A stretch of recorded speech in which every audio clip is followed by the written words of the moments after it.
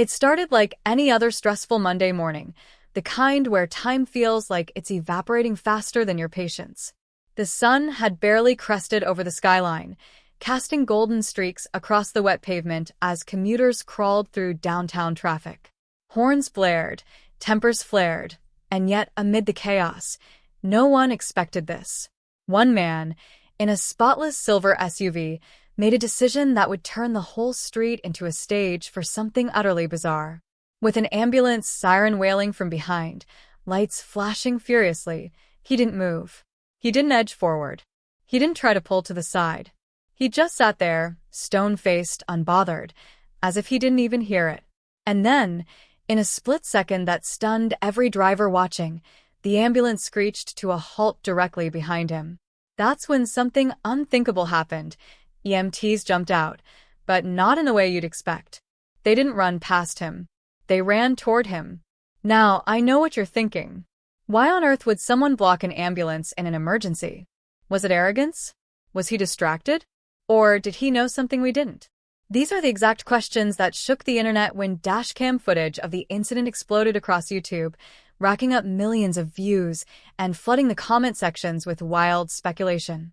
And right now, you're probably asking yourself the same thing. What happened next?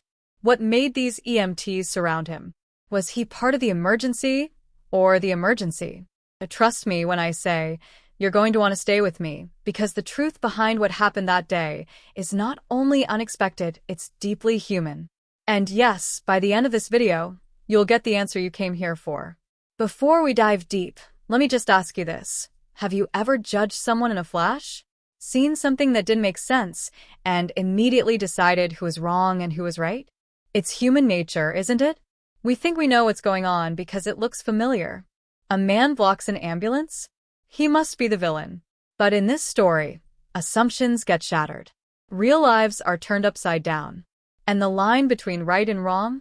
It blurs in a way that forces you to rethink everything you thought you knew about justice, compassion, and how quickly one moment can change everything. See, we've all been there, caught in that daily grind, trying to get from point A to point B while juggling work, family, stress, and the endless buzz of life. The United States has some of the busiest roadways in the world, and traffic rage? It's practically a national epidemic. People snap, people ignore the rules, and sometimes people just get lost in their own world. But what if this wasn't just some guy lost in a podcast or glued to his phone? What if this was something deeper? What you're about to uncover isn't just a headline or a viral video. It's a layered story with real consequences, real emotion, and real people at the center of it all. There's a man who, at first glance, looks like the villain. There's an ambulance crew who seem ready to unleash fury. And then there's the truth, a truth that didn't come out until a bystander uploaded their dashcam footage and the internet began playing detective. The hashtags trended. Hashtag ambulance blocker. Hashtag traffic justice. Hashtag hero or hazard. Twitter threads exploded with theories. TikToks racked up views dissecting the moment frame by frame. Some claimed it was road rage. Others swore it was mental illness. A few even suspected it was a setup. But what actually unfolded in those next few minutes on that traffic-packed street would flip the entire narrative. Now, I'm not going to give it all away just yet because this isn't one of those quick-fix shorts. This is a full story, and I promise, every second is going to matter. If you're someone who cares about what really happens behind those viral headlines, if you believe that the truth is usually way more complicated than what a single camera angle shows, then you're exactly where you need to be. You're not just watching a story unfold. You're stepping into it. And I'm here to walk you through every twist and turn until we reach the truth together. Because here's the thing. This wasn't just a random incident. What began as a stalled line of cars during rush hour turned into a moment that would haunt an entire community, shake a local fire department, and leave a family grappling with questions no one ever wants to ask. But through all the chaos and confusion, there's also something powerful, a reminder of how fragile life is, how quick people are to judge, and how even a stranger's silence can sometimes be louder than a scream. So let's go back to the beginning, not just the moment the SUV refused to move, but hours before, when this man left his house with something heavy weighing on him. Let's walk through the timeline, the choices, the people who were watching from other cars, the 911 call recordings, and yes, even the footage that you probably haven't seen on your feed. Because behind the pixels and the outrage lies something deeper, a man with a past. EMTs with urgency in their eyes. And a moment of contact that would change everything. Throughout this story, we'll peel back the layers to reveal who this man really was. What was going on inside his head that morning? Was this a reckless act of defiance or a desperate cry for help? We'll also explore the actions of the EMTs, trained professionals who had to make a decision in seconds. Did they respond with compassion? With force? With fear? What made them surround him? And what did they know that the rest of us didn't? You see, the conflict here isn't just man versus ambulance. It's man versus judgment. It's the system versus the moment. It's the fragile balance between personal crisis and public duty. And most importantly, it's a window into how sometimes the biggest emergencies don't come with flashing lights or sirens. They come quietly, in the form of one man's silence, while the world around him demands a reaction. We're going to explore every angle, the dashcam footage that sparked nationwide attention, the eyewitnesses whose statements contradicted each other, the moment police arrived, and what they uncovered about the man behind the wheel.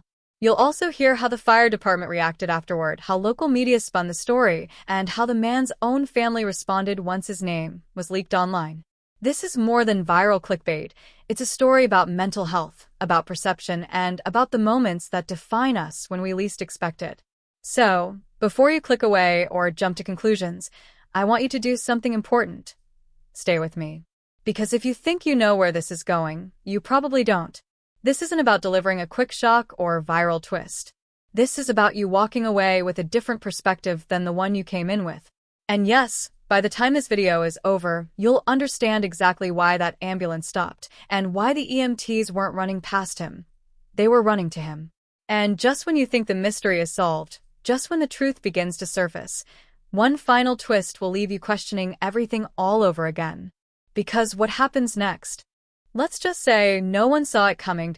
Let's rewind the clock, not just by a few minutes before the incident, but by a few days, back to a time when everything in this man's life was already beginning to crack beneath the surface. His name, at least according to public records that surfaced after the dashcam video went viral, was David Rourke. A 41-year-old insurance adjuster from the suburbs of Columbus, Ohio, David wasn't anyone you look twice at in traffic. Average build, clean cut, the kind of guy who kept his SUV waxed and his voicemail inbox clear. He had a wife named Marissa, 2 kids in middle school, and a mortgage that had been refinanced 3 times in the last 5 years. On paper, he was just another commuter trying to stay afloat in the American middle class. But as investigators and online sleuths began piecing together the fragments of his life, what they found raised more questions than it answered. 3 days before the incident, David didn't show up for work. No call, no email, not even a text. At first, his boss assumed it was a scheduling mistake or a case of burnout, something everyone seemed to be struggling with lately. But then the second day came and went, and there was still no word from David. Coworkers said he'd been quiet lately, more than usual, like he was going through something but didn't know how to talk about it. One receptionist mentioned that he'd spent nearly half an hour staring at a family photo on his desk before leaving early one evening. Another recalled how David had gotten emotional, something totally out of character, after a phone call where he whispered, "I can't lose her again." The identity of her remains unknown, but that moment stuck with people. Then there were the security camera recordings. A neighbor's Ring doorbell picked up footage of David pacing outside his house late at night, long after his family had gone to bed. He wasn't talking to anyone, not on the phone, not to himself. Just pacing, back and forth. One hand clenched into a fist, the other occasionally raised to his forehead, like he was trying to press something out of his skull. When interviewed later, that same neighbor said, he looked like someone carrying something too heavy to put down, but too invisible for anyone else to help with. Another described hearing raised voices inside the Rourke home that week, not violent but urgent. A woman pleading, a man refusing, a door slamming. By this point in the video, you're probably thinking, okay, so maybe he was going through a breakdown. That could explain the behavior, right? But here's where it gets even stranger. The morning of the incident, David dropped his kids off at school. Not just dropped them off, he hugged them both, handed each one a granola bar and a handwritten note. One of his kids showed it to their teacher later. It said, "Remember today, because everything changes after this." At the time, it was dismissed as a father's attempt to be poetic, maybe even inspiring. But now? That note feels heavier. Maybe even like a warning. Surveillance footage from a gas station less than 10 minutes from where the traffic incident occurred showed David filling up his tank, paying in cash, and standing in the parking lot for almost 7 full minutes, just staring at the road. No phone. No bags. No sign of anyone else around him. Just David and the emptiness ahead of him. He didn't speak to the cashier. Didn't buy coffee. Didn't seem to be in any kind of rush. But his eyes? People online have zoomed in on those frames. They've argued about it in Reddit threads. Was it fear? Regret? A plan? Meanwhile, as his background continued to unravel in the court of public opinion, a new theory emerged, one that sent the comment sections into a frenzy. Some eagle-eyed viewers noticed something curious in the dashcam video. The ambulance didn't seem to be speeding up to an emergency when David blocked it. It slowed down, almost like it was expecting him. That's when conspiracy threads popped up with titles like, "Was the ambulance really on a call?" and "Did the EMTs know the driver?" Thousands began rewatching the clip, analyzing the EMTs' body language, the exact second they jumped out, the angle of the SUV's side mirror. One comment with over 80,000 likes simply said, "They weren't surprised to see him. They were waiting for him." As the internet buzzed with every possible theory, mental breakdown, secret operation, even mistaken identity, one detail seemed to disappear into the noise. And it might be the most chilling one of all. A woman named Kara, who worked as an ER nurse at a hospital just 6 blocks from where the scene unfolded, came forward anonymously in a TikTok video. Her face was blurred, her voice altered. She claimed she had seen David at the hospital 2 nights before the incident, alone, agitated, asking questions about protocols and emergency response times. But when asked for a name, she said he refused. When security asked him to leave, he did so calmly. But as he walked away, he reportedly muttered, "I just needed to know how long it takes." That one sentence reignited everything. Was he planning something? Did he want the ambulance to come for him? Was this a suicide attempt? A stunt? A message? And if so, to who? Then there's the matter of his wife, Marissa. She hasn't spoken publicly since the event, despite reporters camping out near her home and media outlets offering large sums for an exclusive. Her silence has only deepened the mystery. Some believe she's hiding something. Others argue she's just trying to protect her children from the tidal wave of attention. But one post from her private Facebook account, screenshotted and leaked by someone close to the family, shook everyone. It read, "Sometimes we don't see the signs until it's too late. And sometimes we ignore them because the truth is too painful." No context. No follow-up. Just that post. And yet, in the middle of all these puzzle pieces, one huge question remains unanswered. Why did the EMTs run to him? There are whispers now, rumors that haven't been confirmed by official sources, but which keep resurfacing. Some say the EMTs weren't responding to a 911 call from a random stranger. They say the call came from someone inside the hospital. Someone who knew David. Knew what he might do. There's even speculation that one of the EMTs had a personal history with David, an old friendship, a family tie, something unspoken. The problem? No one's naming names. Every time a thread online gets close, it vanishes. Posts deleted. Videos taken down. Why? Is it to protect privacy? Or is someone trying to keep the full story buried? By now, you've probably formed your own theory. Maybe you think David snapped. Maybe you think he was trying to send a message to someone specific. Maybe he knew something the rest of us didn't. But I promise you, there's still more. A lot more. And just when the pieces begin to fall into place, the story twists again. Because what David did in those final moments, after the EMTs surrounded him, was something no one expected. And what they found inside that SUV changed everything. You're not going to want to miss what comes next. It didn't take long after the dashcam footage hit the internet for people to begin digging deeper, not just into David's present, but into his past. The viral nature of the video brought a flood of armchair detectives, journalists, and even ex-classmates into the spotlight. But what started out as a public curiosity slowly began to morph into something darker. That's when things started disappearing. The first sign that something wasn't right came when the gas station footage, remember, the one where David was caught standing silently outside, staring into the road, vanished. The video had been uploaded to a subreddit tracking the case and was gaining traction fast. But within hours, it was taken down. The account that posted it? Deleted. And when others tried to repost it, their uploads were flagged within minutes for violating community guidelines. Even mirror links shared on TikTok and Instagram were scrubbed clean, as if someone, somewhere, didn't want that moment circulating anymore. At first, people assumed it was just another case of a platform over-moderating a viral clip. But then, something even more chilling happened. A local podcaster from Columbus who had announced a deep dive into David's background went silent. Just vanished from her usual update schedule. No tweets, no live streams, no new episodes. Days later, her followers noticed that every previous mention of the Rourke case had been wiped clean from her channels. When a fan reached out to her privately, the only response they received was a short, cryptic message. "I was wrong. It's bigger than you think. Don't push it." That message, of course, only added fuel to the fire.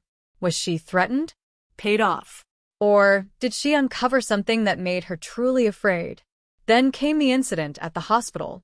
A young paramedic in training who had been on call the night David reportedly visited the ER anonymously claimed he remembered something odd, something that didn't make sense at the time, but now kept him awake at night. According to his testimony on a YouTube livestream, there had been a patient who matched David's description. But here's the twist. He wasn't listed in the official ER log. There was no intake record, no name, no entry on any nurse's digital chart. It was as if he was never there. And yet, this trainee swore he saw the man sitting in an empty triage room, clutching a file folder and whispering into a prepaid phone. The trainee reported it to supervisor, but the response? Forget it. He was just confused. That trainee was placed on administrative leave the next day for an unrelated policy violation and hasn't returned since. The tension only escalated when a new player entered the story.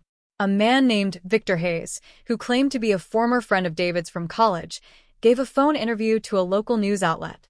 His voice trembled as he described David as brilliant but haunted, someone who had once been involved in a highly classified government internship during a summer break in D.C. Victor said David never spoke about what he did there, but once, during a drunken night of old stories, he'd mentioned a file, something he wasn't supposed to have seen. A list of names, protocols, emergency overrides. And one phrase Victor remembered vividly. When the ambulance stops being for emergencies, that's when the game changes. The interview never aired. The reporter who recorded it said it was pulled at the last minute due to lack of verification, and Victor has since gone dark. No phone, no email, not even his social media footprint remains.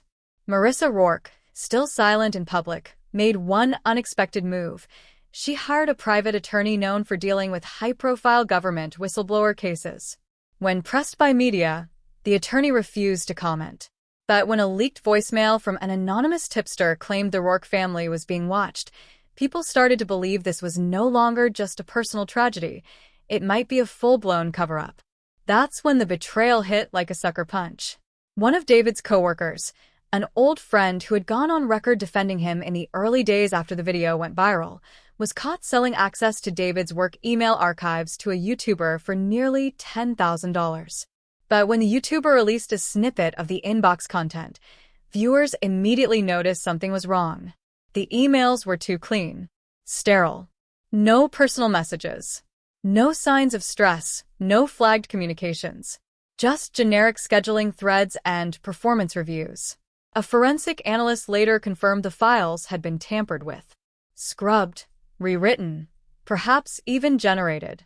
Which raised the question, who had access to sanitize them? And still, The question of the EMTs lingered. No one knew why they'd surrounded David. The official report said they were responding to a medical emergency involving a driver exhibiting erratic behavior, but multiple eyewitnesses stated David hadn't done anything erratic before they jumped out. No swerving, no honking, just sitting there, blocking their path, calm, as if he'd been waiting. Some even described the EMTs as tense, like they were bracing for something dangerous. Why? The biggest twist came when a retired firefighter came forward under the condition of anonymity. He claimed to recognize one of the EMTs from a classified drill years ago, one that involved the transportation of sensitive human assets under the guise of emergency response.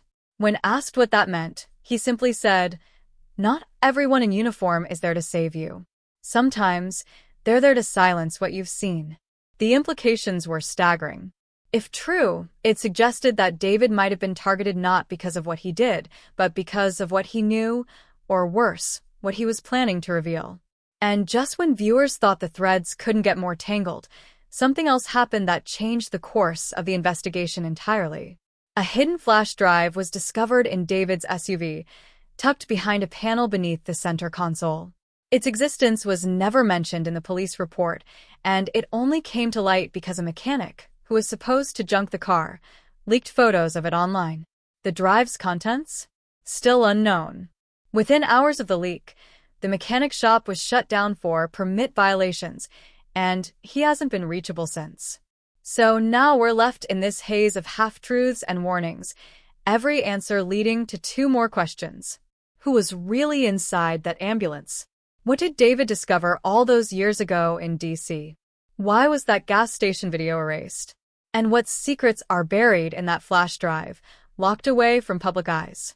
And here's the part that will haunt you until the next chapter unfolds, because late last night, a new dashcam clip surfaced from another car in the same traffic jam. It captures something the original video didn't. Just as the EMTs reached David's door, he mouthed something. 3 words. No sound. Just a whisper on his lips. But when a lip-reading expert slowed it down and posted their analysis, the translation was crystal clear. He said, "Tell my son." What exactly was he trying to say? What truth was meant to be passed on? And who is trying so hard to bury it? That's what we're going to find out next. As the internet buzzed with theories about David's final whispered words, "Tell my son," a new ripple hit the surface of the already stormy waters. Somewhere in Cincinnati, nearly 100 miles from the traffic jam that sparked this mystery, a high school English teacher named Leah Monroe opened her front door one rainy morning and found something odd resting on her porch. It was a padded yellow envelope, the kind you'd expect to see packed with textbooks or old DVDs. But there was no return address, no postage, no label, just her name written in all capital letters across the front. Leah wasn't just any teacher. She had been David's college girlfriend back in their undergrad days at Ohio State, a relationship that ended quietly, almost coldly, after his sudden disappearance one summer. They hadn't spoken in over a decade. So when she opened the envelope and found a black and white photo of a young boy with David's eyes, alongside a burner phone and a note that read, "If they ask, say nothing." You know why? Her hands began to shake. Because in that moment, Leah realized something terrifying. The boy in the photo wasn't just any child. He looked exactly like the baby she had given up for adoption 13 years ago. The floodgates of memory burst open, dragging her into a past she had buried. Leah remembered that David had never known she was pregnant. He had been pulled into some kind of special program in Washington that summer, gone off-grid, unreachable even to her. So when the test turned positive and the world began to spin, she had made a quiet, painful choice. No fanfare, no calls. Just paperwork, closed doors, and years of silence. But now, out of nowhere, someone had not only connected her to David again, they were using that connection to send a message. The inclusion of the burner phone was even more unsettling. It rang 3 times that day, each time from a blocked number, each time ending in silence. Until the 4th call came, just past midnight. Leah picked up with a trembling hello, but instead of a voice, she heard what sounded like a series of overlapping radio transmissions, garbled, coded, but unmistakably urgent. Then, at the end, one clear sentence broke through. "They'll come to you next." By morning, she had already packed a suitcase and gone into hiding, using the advice of a friend who'd once worked in cybersecurity. Leah hadn't told anyone what she'd received. She didn't know who she could trust. But the fear eating at her gut wasn't just for her own safety. It was for the boy. Her son. If David had found him, or if someone else had, and now they were using that connection to send warnings, then the stakes weren't just high. They were explosive. Meanwhile, online forums and viral Reddit threads were burning with speculation. Some users claimed the EMTs in the original dashcam footage weren't EMTs at all, that their uniforms were mismatched, and their gear was outdated. Others pulled up old satellite imagery and noticed something else, an unmarked van that had appeared near David's home several times in the past 3 months, always parked just out of frame, never showing a license plate. And then came the contradiction that shattered everything people thought they knew. A newly uncovered time-stamped CCTV feed from a building across the intersection showed that David wasn't the first to block traffic. In fact, he had pulled over in response to someone else already parked in the way. A black SUV, tinted windows, no plates. And when the ambulance pulled up behind them both, the SUV slowly drove off, only after David stepped out of his vehicle. Why wasn't that SUV mentioned in any police report? Why did it vanish from the scene just before the EMTs arrived? More importantly, what role did it play in the larger scheme? As investigators and amateur sleuths dug deeper, they began to question everything. Was David trying to stop the ambulance? Or was he trying to warn the people inside it? Had he been set up? Or was he part of something larger that spiraled out of his control? Theories ranged from human trafficking to rogue federal ops to experimental psychology programs gone rogue. But none of them could explain why someone, possibly from David's past, was now reaching out to Leah Monroe. The timing was too precise, too calculated. It was as if someone wanted to unravel David's life piece by piece, using the people who had meant the most to him. And that's when Leah made a fateful choice. She sent a photo of the note and the burner phone to a journalist she once tutored, someone she trusted. Within hours, the story was picked up by an independent investigative YouTube channel known for diving deep into shadowy government experiments and covert surveillance operations. That's when everything exploded. The channel's hosts cross-referenced Leah's story with the original Rourke footage and noticed something everyone else had missed, a reflection. In the ambulance's rearview mirror, barely visible unless slowed to a crawl, was the blurry image of a child's face peering from inside the vehicle. A child who bore a striking resemblance to both David and Leah. This single frame lit the internet on fire. People speculated wildly. Was this their son? Had David known all along? Had he staged the entire block to intercept the ambulance, to get him back? Or had he been trying to stop something much darker from happening to that child? Whatever the truth was, the stakes were now sky-high. If that boy was real, if he existed and was being transported under false pretenses, then this wasn't just a case of a man behaving strangely in traffic. This was something else. Something buried under layers of lies, altered footage, deleted files, and manipulated evidence. And now, two people who hadn't spoken in over a decade were being pulled into the same nightmare, forced to confront the past they thought they had left behind. But just when Leah thought she might finally piece together what David was trying to say, just when the journalist agreed to meet her and go public, he never showed up. Hours later, his apartment was broken into. Laptop gone. Files wiped.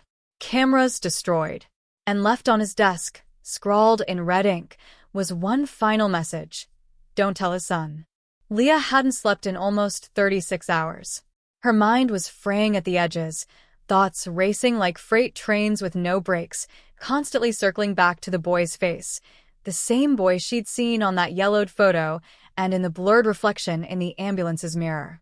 The line between coincidence and conspiracy had long since been crossed, and now, in a nondescript motel just outside Columbus, she sat on the edge of the creaking bed, gripping the burner phone like it was the last real thing anchoring her to reality. The journalist she trusted was gone, vanished without explanation, his entire digital life scrubbed in less than a day. Her inbox, once full of lesson plans and student emails, now showed signs of intrusion. 2 messages had been deleted. Her cloud backup, corrupted. And just that morning, when she tried logging into her bank account, it had been frozen without notice, flagged for suspicious activity. There was no one she could call without risking more exposure. Every move felt like it was being tracked. And it was only when she looked out the grimy motel window that her fear fully crystallized into terror. The same gray sedan she had noticed earlier at the gas station was parked again across the lot, engine idling, windshield reflecting just enough of the light to conceal whoever was sitting inside. Her breath caught. She froze, pulse hammering in her ears. At first, she tried convincing herself it was nothing, maybe another guest waiting on someone. But then the driver's door opened slightly, just enough for her to see a camera lens protrude from the side mirror. Not a phone, not a GoPro. A long-range surveillance lens, the kind she'd seen in documentaries about black sites and government whistleblowers. That was no coincidence. Someone was watching her, and they wanted her to know it. She backed away from the window, heart in her throat, all while that little voice in her head kept screaming. This wasn't just about David anymore. This was about the boy. And whoever was behind this had no intention of letting her get any closer to the truth. She turned off the lights and moved to the bathroom, where she instinctively ran the faucet and turned on the fan, a trick David had once taught her to obscure audio in case a room was bugged. Paranoia, he'd called it back then. Necessary caution, she realized now. She pulled out the burner phone again and scrolled through the few remaining texts. Most were blank. Some had strings of random numbers, possibly encrypted. But one new message had arrived just 5 minutes ago, and this one made her stomach drop. Room 212. Leave now or you won't have another chance. That was her room.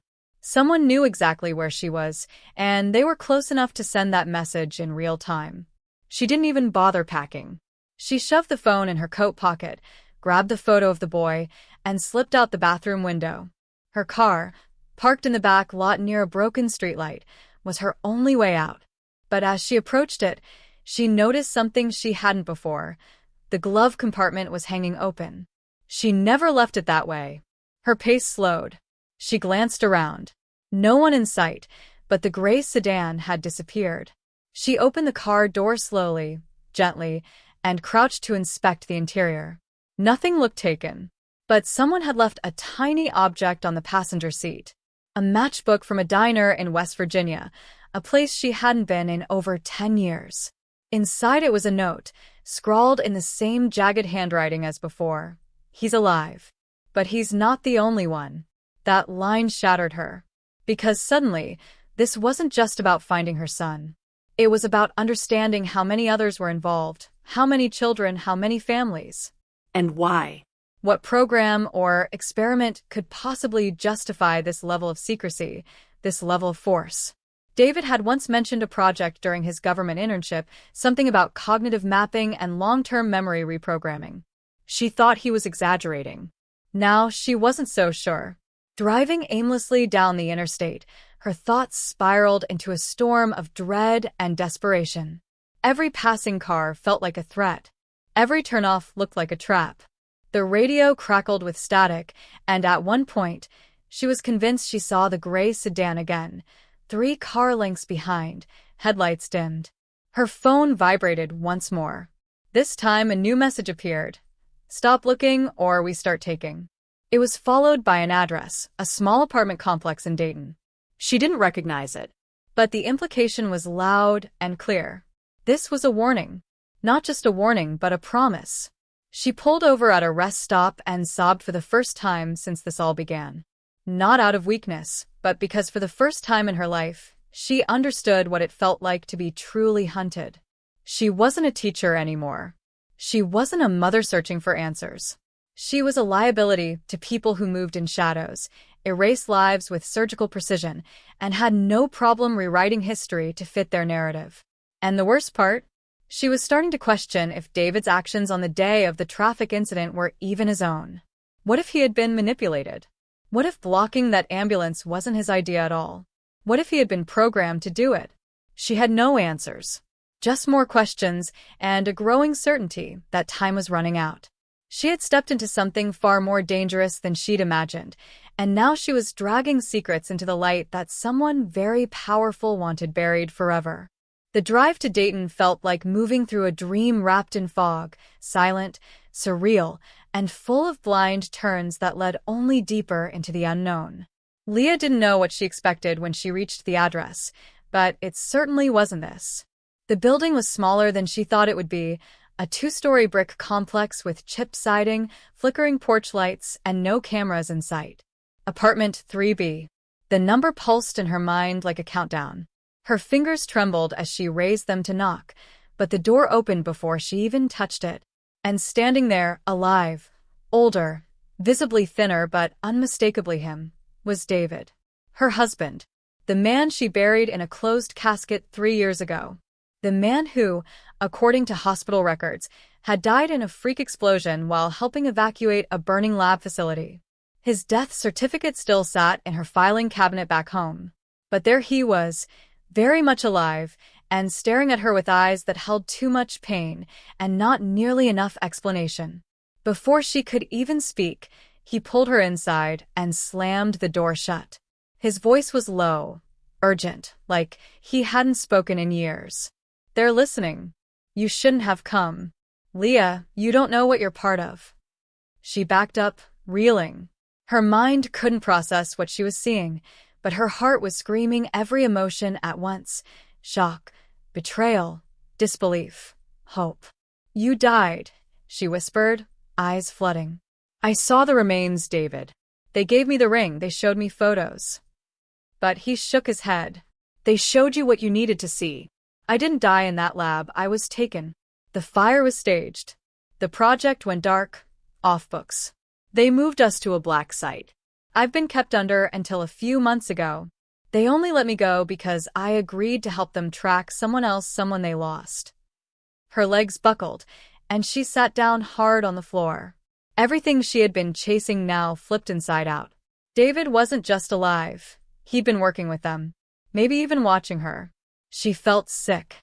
"You lied to me," she said, choking on the weight of it. "All this time, I thought you were the one person I could trust." But he leaned in, pleading. "I had no choice, Leah. I never stopped loving you. I never stopped trying to reach you. But it's not about me anymore. It's about him."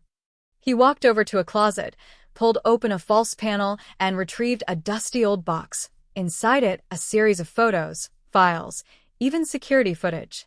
She froze.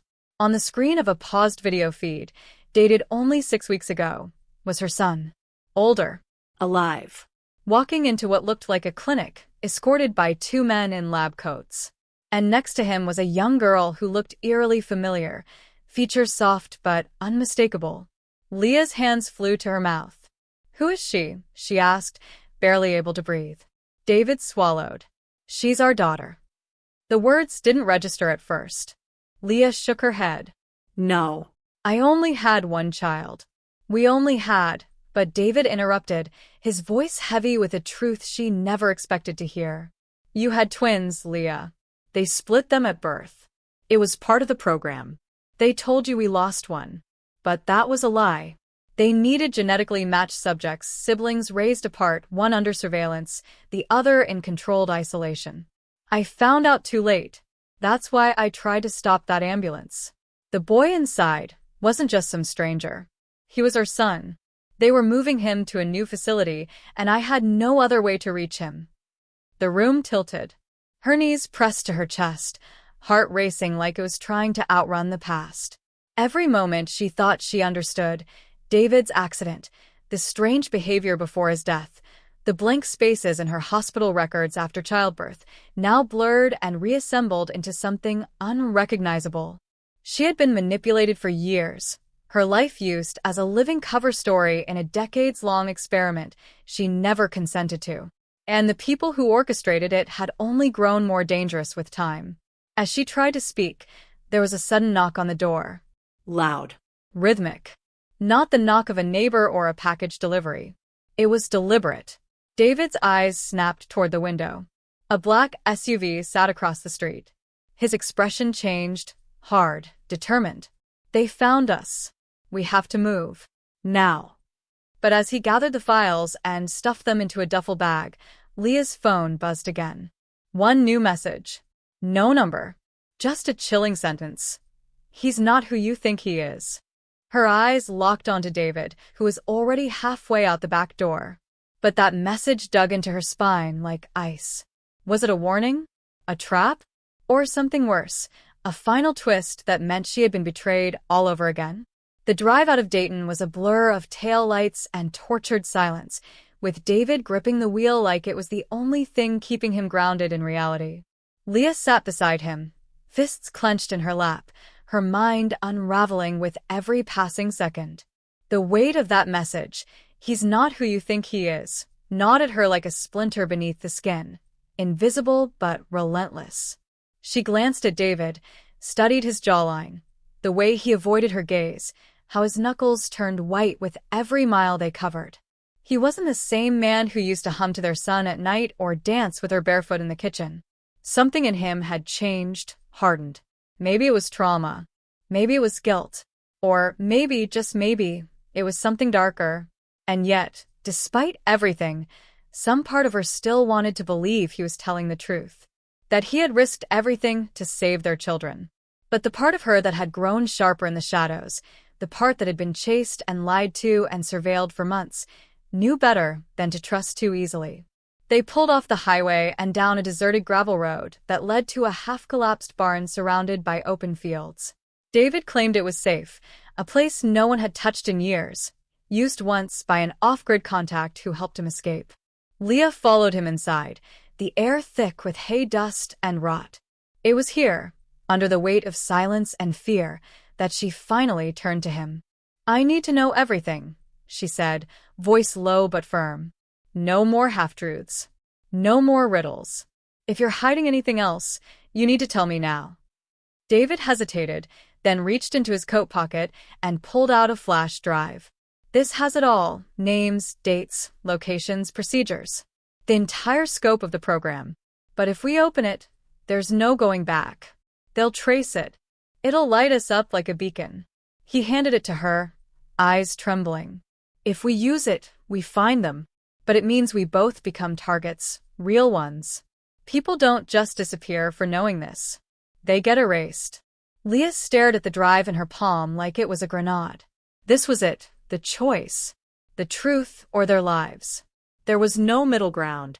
Her instinct screamed to run, to take whatever safe route still remained. But another part, the part still aching from years of lies and manipulated memories, needed justice. She needed to know what had been done to her family. And to do that, she had to be willing to burn the whole thing down. "What about the girl?" she asked suddenly. "Our daughter. You said they raised her separately. Is she in danger?" David looked away, then nodded slowly. "She's different, Leah. Gifted. They never meant to let her go. But something went wrong. She escaped a few weeks ago. That's why they're pushing so hard. They're not just trying to stop us. They're trying to contain her." It was too much. Her knees buckled, and she slumped to the ground, the floor beneath her spinning with every horrific revelation. She had children who were alive, children who were taken from her, experimented on, and now being hunted. And the man she once shared a life with was either their only hope or the final thread in a web of deception. As she sat there, dazed, her phone buzzed again. Another anonymous message. "You have one chance to walk away. Drop the drive at 37th and Fulton. No one else gets hurt." It was an ultimatum. Trade the truth for silence. Her children for survival. And for the first time, Leah truly felt the crushing impossibility of her position. If she handed over the drive, she might buy her safety, but at the cost of leaving her son and daughter in the hands of people who had already stolen so much. If she didn't, she'd be hunted down just like David. Or worse, used as leverage against the very people she was trying to save. And what if the drive itself was a setup? What if it didn't lead to answers, but only deeper manipulation? David watched her closely, like he knew what she was thinking. "You don't have to decide now," he said gently. But she knew that was a lie. She'd already been forced to decide the moment she stepped into this world. The clock was ticking, and the line between truth and betrayal was thinner than ever. Somewhere out there, her children were either waiting for her or being used as pawns in a game she still didn't understand. The air felt tighter, the night colder, and for the first time, Leah wondered if she was already too late. The barn was supposed to be a temporary hideout, a forgotten shell of a structure where Leah and David could breathe, regroup, and make a plan. But by dawn, the cracks had begun to show, and not just in the decaying walls around them. David was jumpy, pacing in tight circles, checking his phone too often, muttering under his breath about satellite sweeps and burner relays. Leah could feel the air thickening with something unspoken. Something ugly. She hadn't slept, not even for a minute. Her mind was caught between the memory of her children's faces on that flickering security feed and the sharp, gnawing whisper of that anonymous message. Drop the drive. No one else gets hurt. She turned the flash drive over in her hand for the 100th time, half wishing it would just crumble, dissolve, take the burden off her shoulders. But it didn't. It sat there like a loaded weapon, daring her to pull the trigger. She knew they were running out of time. And deep down, she was starting to realize the truth wasn't just dangerous, it was radioactive. When David finally admitted he'd contacted someone to help them escape the country, Leah felt a fresh wave of nausea twist through her. Who? She demanded, suspicion sharpening her voice like glass. Who did you contact, David? His eyes flicked to the side. An old handler. Someone who owed me. We don't have any more options. But she saw it then. The crack in his voice, the way he couldn't meet her eyes. It was too smooth, too rehearsed. And that's when she knew. This wasn't just fear. This was guilt. Before she could say anything, her phone buzzed again, this time with a video. Her son, strapped to a gurney in a white room. Men in black tactical gear standing behind mirrored glass. His mouth was moving, but there was no sound. Leah screamed and nearly dropped the phone. David snatched it from her hands and stared, silent, unmoving. Then he did something she hadn't expected. He walked outside and smashed the phone on a rock until it was nothing but splinters and circuits. They're bluffing, he said, too quickly. They don't have him. That could have been old footage. But she didn't believe that. And when she looked at him, really looked, she saw the truth unravel in his expression. You made a deal, she whispered. Didn't you? David's jaw tightened. I did what I had to. I thought if I gave them the drive, they'd let us go. I never expected them to use the kids. Her knees gave way beneath her. You are going to trade our children's lives for yours. His silence was answer enough. And in that moment, something inside Leah snapped, not from rage, but from clarity. She had spent so long clinging to the idea that David was the key to saving them. But now she realized he was just another broken piece in the machine. Another pawn who thought he could negotiate with devils. She didn't wait. She grabbed the duffel bag, the drive, and bolted out the back of the barn before he could stop her. She ran until her legs screamed, then hid behind a tree line and watched from a distance. It didn't take long. Less than 20 minutes after she left, 2 black SUVs rolled up in silence, their engines idling like predators. Men in tactical vests poured out, guns raised. David stepped forward, arms raised. He said something Leah couldn't hear. Then they knocked him to the ground, zip-tied his hands, and dragged him into the back of the SUV. There was no negotiation, no exchange, just swift removal. And that's when Leah knew he was never part of the escape. He was the bait. Her pulse pounded in her ears as she backed into the woods and disappeared into the trees.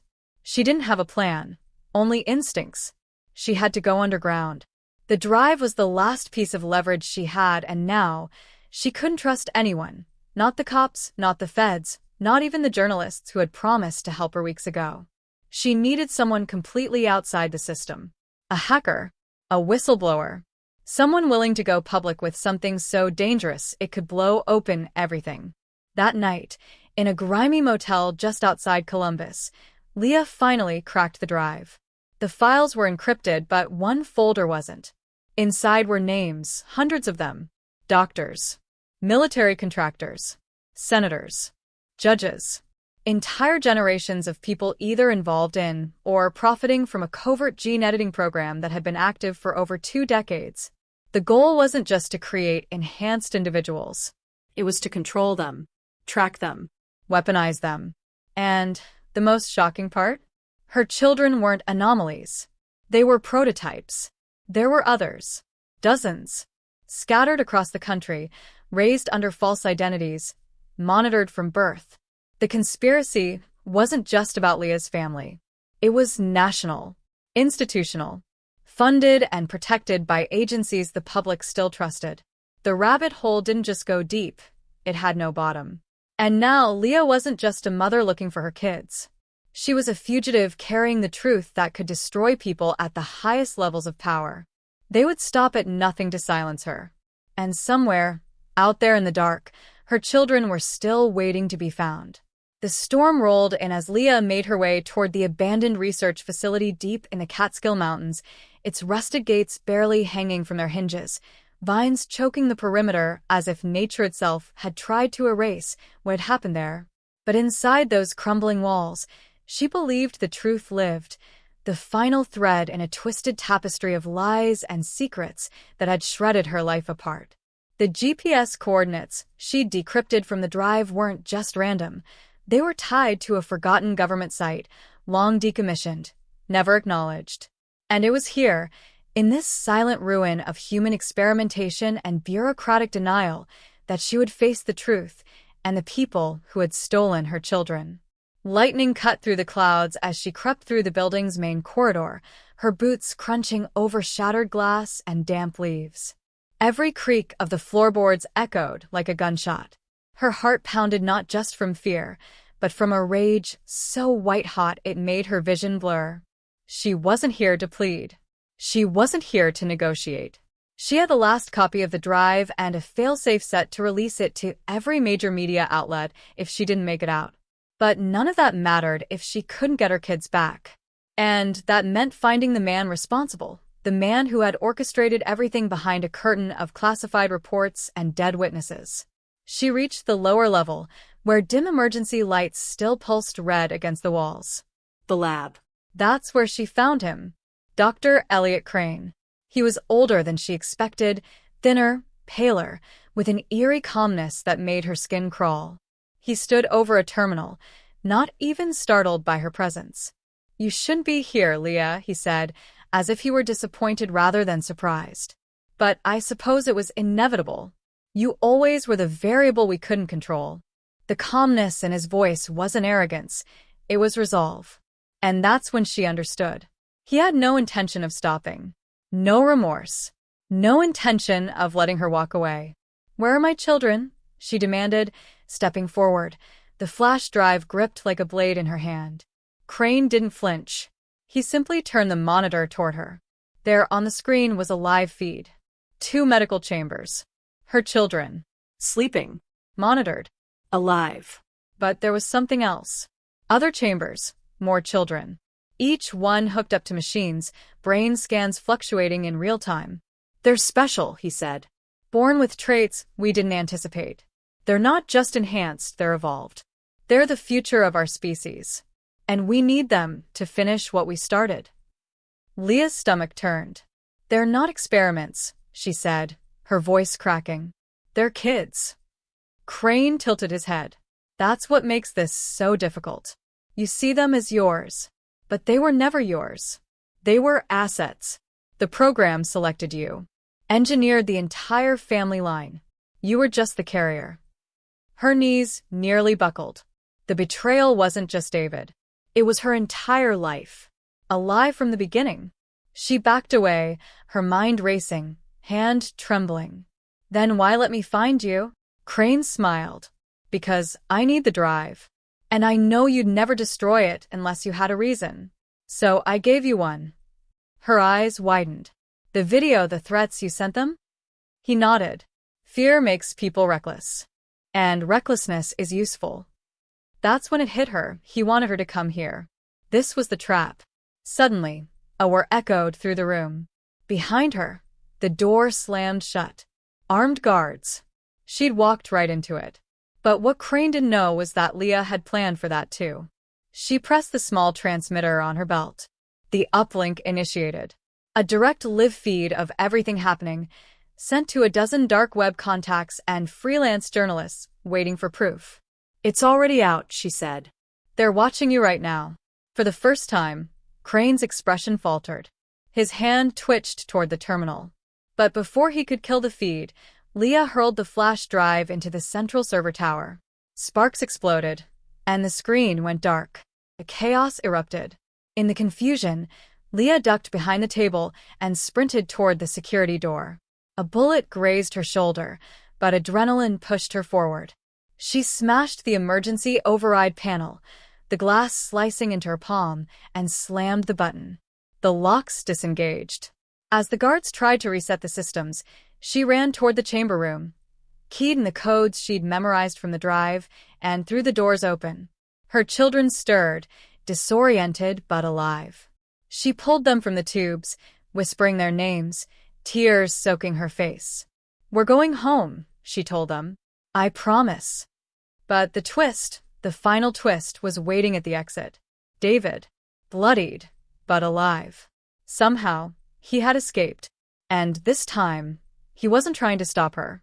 He was holding something in his hand, a photo of her, as a child, standing beside Crane. "You were the first," David said, his voice barely audible. "He erased your memory. Your whole life, it started here." Leah's breath left her body. The floor swayed. "No," she whispered. "No, that's not true." But somewhere in her soul, she knew it was. She had been part of the experiment all along. And now, the very children she fought to save were what she had once been. The screen went black, and the world would never see her the same way again. Weeks had passed since the night everything unraveled, and the world, at least the one Leah had known, would never look the same again. Her name was no longer just hers. It had become a headline, a symbol, a spark. Across trending searches on YouTube and news platforms alike, people were asking the same question over and over. Was it all real? The footage had gone viral within hours, igniting debates about covert government programs, classified experiments, and the ethics of bioengineering children. The public was hungry for answers, and yet, no official statements ever came. Every agency mentioned in the leak either denied involvement or claimed the footage was manipulated. But Leah knew the truth, and so did the few who'd lived it. The drive was gone, the facility buried beneath a government-sanctioned containment demolition, and the only remaining proof now lived in the form of two small children who carried more than just her DNA. They carried the blueprint of a secret the world wasn't ready to face. Leah had taken her kids far away from the East Coast, settling in a quiet town in northern Arizona, where the desert skies stretched wide and forgiving. She kept their names off every registry, used aliases, lived small. In the quiet of night, she sometimes caught them whispering in a language that hadn't been taught to them, patterns, pulses, something they couldn't explain but instinctively understood. It wasn't just their minds that had changed.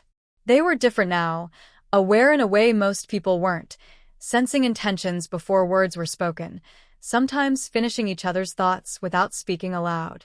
But they were still children. They laughed at cartoons, got excited over ice cream, and ran to her when they had nightmares. And in those small, fleeting moments, Leah allowed herself to believe they might still have a shot at a normal life. That maybe, just maybe, the future wasn't entirely lost. David never resurfaced. Whether he died in the fire or chose to disappear into the same shadows he'd emerged from, Leah would never know. Part of her hated him for his betrayal, but another part pitted him, because in the end, he was just another pawn in a game that had started long before either of them were born. As for Dr. Crane, no body was ever found, no arrest ever made. His image was scrubbed from every government record, and even the journalists who had championed Leah's cause began to hit walls they couldn't climb. It was like he never existed, and that frightened her more than anything. Because if he was still out there, watching, waiting, planning, what came next might not be a rescue. It might be a return. But life went on. Leah found work at a local library where no one asked questions and she could lose herself in the calm repetition of shelved books and handwritten records. Her children enrolled in a small homeschool network, making friends with other kids who didn't care about bloodlines or buried secrets. For now, the storm had passed. But some nights, when the wind blew just right and the silence felt too heavy, Leah would wake in a cold sweat, unsure whether the life she was living was real or just another layer of the experiment. Sometimes, she swore she saw shadows watching from across the street. Other times, she'd catch one of her children staring at the stars too intently, like they were listening to something she couldn't hear. And then there was the letter. It arrived with no return address, slipped through the mail slot like any ordinary piece of junk. But inside was a photo, grainy, black and white, old. And in it, a young girl stood beside a man with cold, intelligent eyes. The same eyes she saw in the mirror. On the back of the photo were just 3 words, "It's not over." Leah folded the photo, slid it into the box beneath her bed, and sat there in the dark for a long time. She knew then that the story wasn't finished. The truth was out, but the consequences had only just begun. And while she had won this battle, the war, whatever it was, whoever it was truly against, was far from over. The camera pulls back, fading from her quiet home to the vast desert, the stars shimmering above. Somewhere, far off in the distance, a low hum pulses beneath the earth, subtle, rhythmic, almost like a heartbeat. And the screen goes black.